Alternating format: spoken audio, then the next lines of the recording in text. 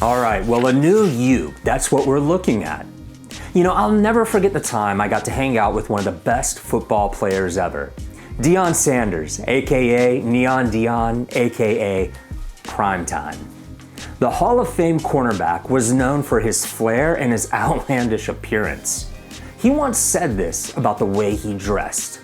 If you look good, you feel good. If you feel good, you play good. And if you play good, they pay good. Deion just said his massive NFL contracts that paid top dollar were directly connected to how he looked.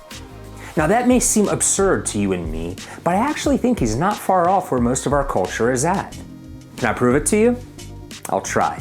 When I Googled a new you, every single hit on the first 2 pages I got were for plastic surgery centers or beauty salons.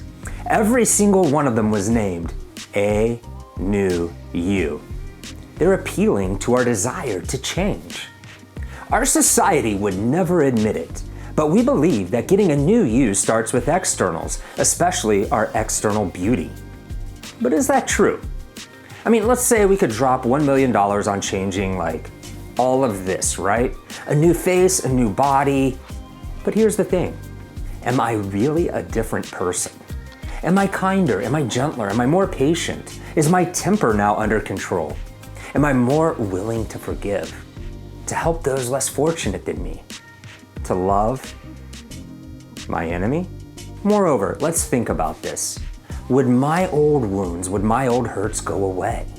Would my anxieties and insecurities go away? What about the pain that I've caused to other people? Would those things really have changed? Or how about this?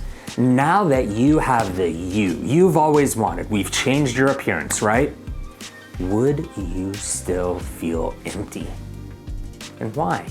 Why wouldn't it work? Maybe it's because I'm the same old me. So does true change really happen from the outside in? Maybe we should look at this a little bit deeper. Maybe we should see that true change happens from the inside out. You see, true change has to happen internally. True change happens in our hearts. You know, there's a beautiful picture of this in the Bible. A man named Ezekiel has a vision, a very extraordinary one, right? Like he looks out over a valley and sees that it's filled with dry bones. God tells Ezekiel to speak his words over the bones. God even addresses the bones directly. I will cause breath to enter you, and you will live. Ezekiel obeys, and as he does, a remarkable thing occurs. The bones start to vibrate and shift, to rattle and lift, and then they shoot across the ground and they click and they clack as they connect together to make fully formed skeletons. Then sinews and connective tissue spread over the bones, then flesh over the sinews, and then skin over the flesh. But there's a problem. You see, these bodies are lifeless. They haven't crossed over, they haven't changed from death to life. But here's what God does. He tells Ezekiel to speak over them one final time. This time, his breath, God's own breath, will come from the 4 winds and will breathe on the lifeless husks, and they will live. This is exactly what happens. They come to life. They're born again. They needed to be changed from the inside out. And this story is symbolic of a promise God has just made to Ezekiel.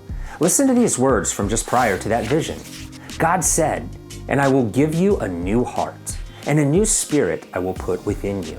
And I will remove the heart of stone from your flesh and give you a heart of flesh. And I will put my spirit within you and cause you to walk in my statutes and be careful to obey my rules." Did you hear that? God can change your heart. That's change from the inside moving outward. The old heart and its desires that drove us are gone. We come to see the old heart as a seedbed for our impatience, our willingness to go back on our word, to deceive or manipulate other people, a seedbed for our need for power, for dominance. All those things that we don't like about ourselves that we wish would change can now change. And that means you can be a new you. But rather than a new you flowing from your new appearance, the new you flows from your new God-given heart. And when you have that new heart, you want to be like God, to live like God, to walk in His ways, in harmony with the ordering and design He gave the world when He created it. You want to know Him. You want to pursue Him. These things bring you true and lasting joy and contentment. Doesn't this sound like good news? Well, this is why Paul says in the New Testament, "You were dead in the trespasses and sins in which you once walked, following the course of this world, in the passions of our flesh, carrying the desires of the body and mind." Did you hear that? Following a course, passions, desires of our flesh. That's the old heart. Paul continues, "But God, being rich in mercy, because of the great love with which He loved us, even when we were dead in our trespasses, made us alive together with Christ." Made alive. That's new life. That's new heart. That's new desires. That's a new you. The fancy word for this is regeneration. Because of Jesus' sacrifice, we can have new, regenerated hearts, and our desires fundamentally change.